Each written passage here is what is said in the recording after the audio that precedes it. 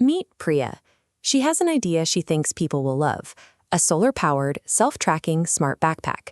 She wants to take this concept and build a massive global company around it. This initial dreaming phase is the first step of company formation, promotion. Priya is now the promoter.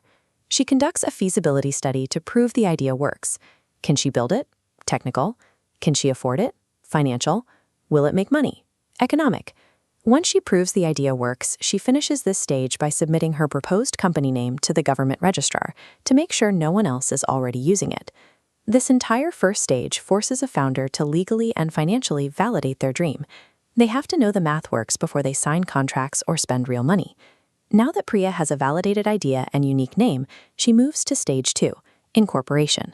This is where her company gets its own legal identity, separate from her as an individual. Looking at this list of required government paperwork, we can see two massive rulebooks at the top that Priya has to submit: the Memorandum of Association and the Articles of Association. The Memorandum of Association is the company's external constitution, setting rules for interacting with the outside world.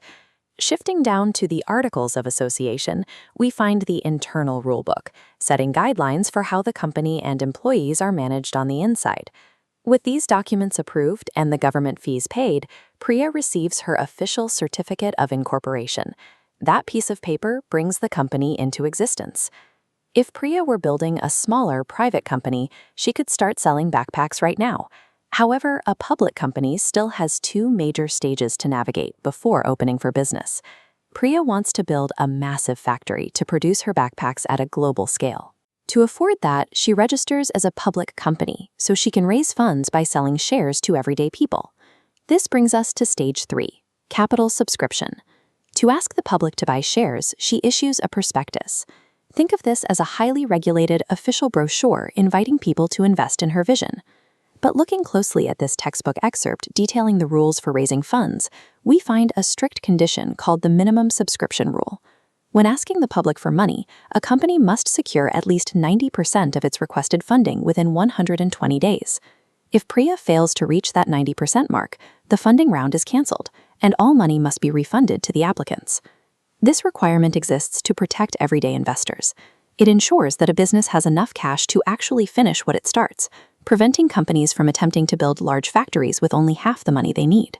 The public interest in the smart backpack is high, and Priya reaches her 90% funding target before her 120-day deadline. She takes the proof of her successful fundraising back to the government registrar. In return, she is handed her final piece of paperwork, the Certificate of Commencement of Business. This certificate is the company's final authorization. It is the specific legal requirement that allows a public company to finally open its doors, hire workers, and begin production. Freezing that journey reveals how an idea becomes an empire across 4 milestones. Stage 1 is promotion. Stage 2 is incorporation, gaining legal identity. Stage 3 is capital subscription, gathering funding. And Stage 4 is commencement, the final permission to operate. Every global brand you see has navigated this same journey. These 4 stages represent the legal transition required to turn a promoter's idea into a fully operational public enterprise.